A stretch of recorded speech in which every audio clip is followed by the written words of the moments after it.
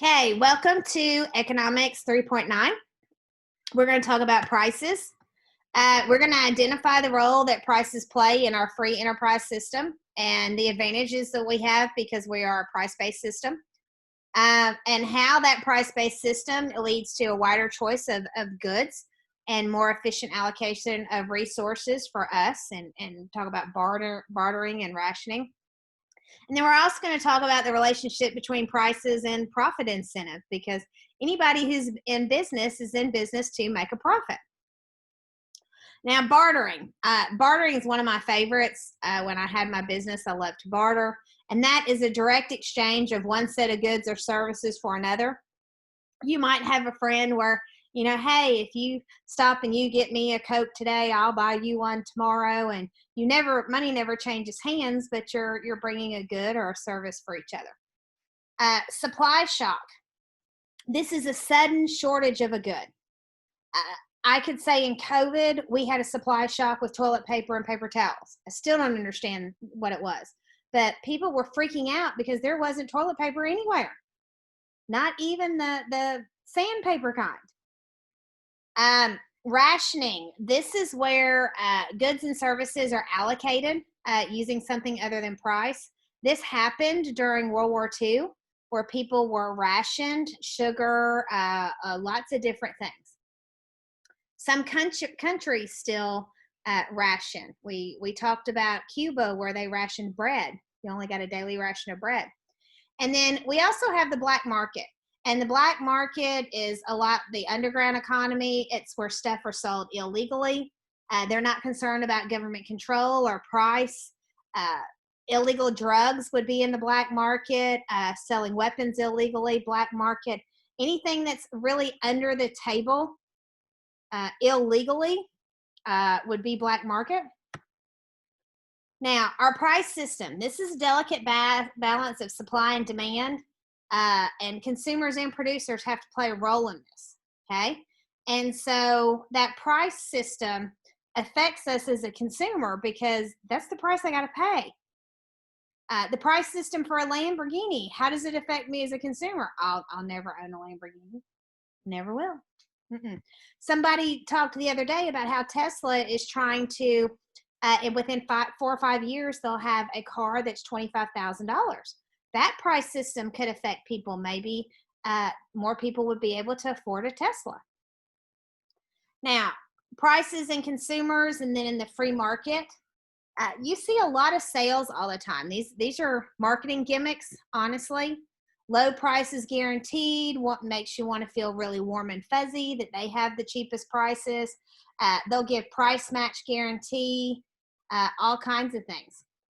And it does. It makes people feel good that they're trying to keep prices low. If my price not the lowest, I can go back and demand my refund and they'll give it to me. How many people have actually done that? How many of you have ever gone back and said, "Ooh, I found it lower somewhere else. I need the difference back"? Now, we can use price to restore equilibrium. And remember, anything other than price causes our supply or demand curve to shift right or left.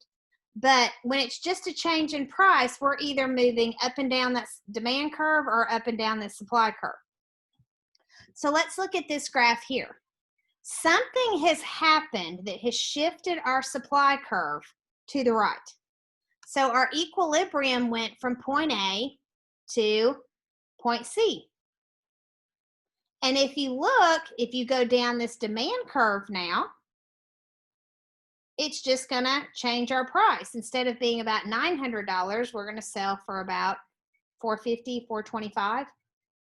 And that's why you have all this Algebra 1 and graphing and Algebra 2, because look at this. We're talking about economics and looking at these linear graphs to go, okay, we go from A, there's equilibrium, our supply curve shifted, and we got a new equilibrium point here at C. If we stayed at this original price point here, that would fall here on the new supply curve, and you can see supply is going to outweigh demand. We're going to have a surplus. And yeah, definitely want to look at that stuff. The other good thing about prices are they provide a common language for buyers and sellers. Imagine if you were paying for things in seashells or, you know, shark teeth or things like that, we would have different standards of value. Maybe I don't want shark's teeth, so it's little value to me, but to someone else it would be. Money and prices give us this common language. And if we didn't have prices as a standard measure of value, a seller would have to barter or be like, okay, what will you, I've got this phone, what have you got? You know, what can we exchange? And that always makes me think of the whole, it's like a whole thing to do. Start with a paper clip and go around and keep trading up. Well, you got to find somebody that's willing to trade you for whatever you have. And somebody went from a paper clip all the way up to having a boat, I think, one time. And that's the problem with bartering, is you got to find somebody that sees value in what you're trying to exchange with. Like one customer might offer 2 pairs of shoes in exchange for 1 sweater because they really like it. But another customer might be willing to trade 3 pairs of shoes because they want it even more. The supplier would have really no consistent and accurate way to measure the demand for the product because one person's willing to trade more things than the other. And that would just make it a really inconvenient and impractical system. So having those prices give us some common ground. Prices provide incentives. They serve as signals to both consumers and producers. They are responsive and flexible. I mean, we can drop something and put it on sale or clearance very easy. We can raise the price easy. And most importantly, our price system is free. It doesn't cost anybody anything. Here is a price tag at Walmart. If you're like me, I see yellow on the price tag and I know it's been marked down. Originally, this was $9. Now it's been marked down to $7.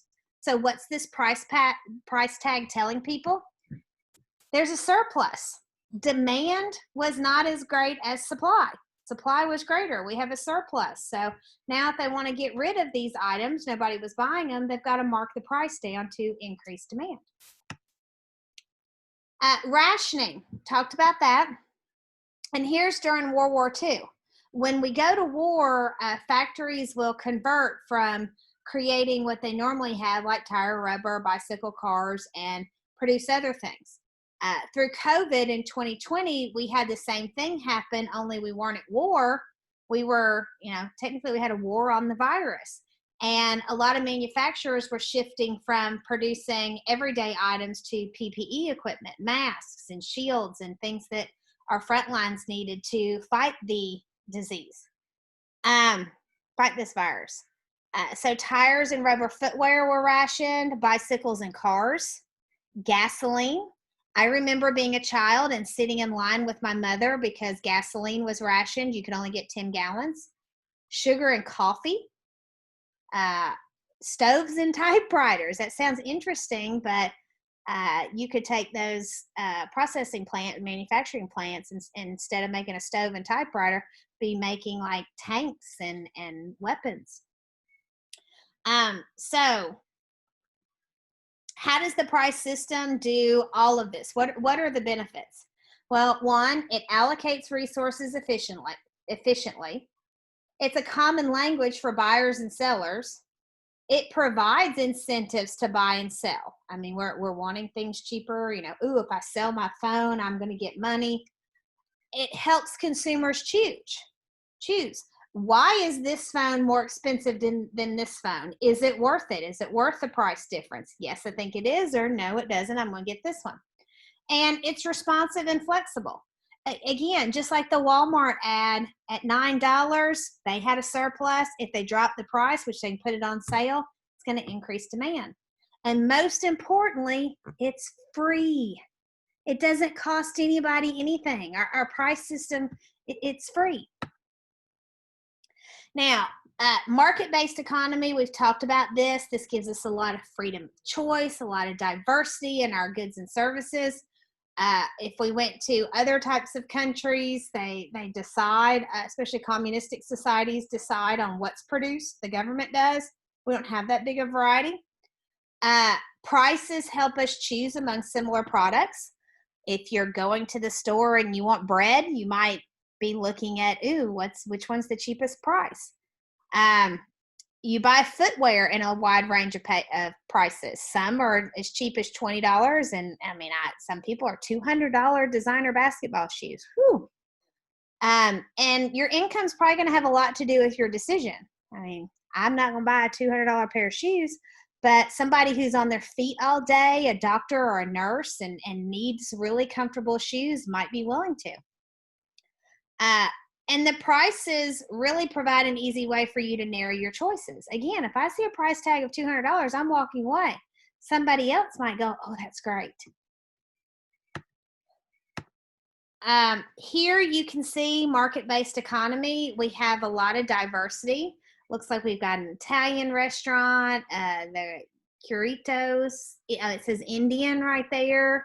Then we have the Catti roll, pizzeria down there. A lot of times, we're not only choosing by the type of food we want, but prices too. Sometimes you'll be like, ooh, that restaurant, what do they have? And you go up and it's like, the cheapest thing is $30. No, I'm not paying that. Prices can help us choose which restaurant we want to.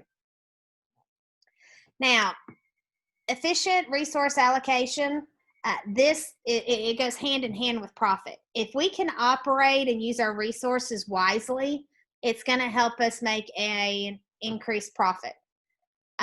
So let's say that scientists were predicting really hot weather next summer. Consumers might buy up a lot of air conditioners and fans just to prepare for it. Power companies might buy extra reserves of oil and natural gas and store this so that people will have enough power for the air conditioning. Demand is going to exceed supply, so we are going to have a shortage, and that's going to make the prices of fans and air conditioning and ultimately the fuel go up. Athletes, how many of you are involved in a sport and you're spending money and you're putting in a whole lot of time for that payoff later on of a college scholarship? Hopefully you're working right now with your ACT scores so that you can get the Hope Scholarship and get those incoming freshman scholarships. Yep, those are profit incentives. Who wants to spend extra time just to get their ACT score up if there wasn't an incentive for it? An incentive to get into the college you want. And again, most colleges have those incoming freshman scholarships, and they're based off of ACT scores. And that concludes topic 3, the end of 3.9. So see you when we get back to class.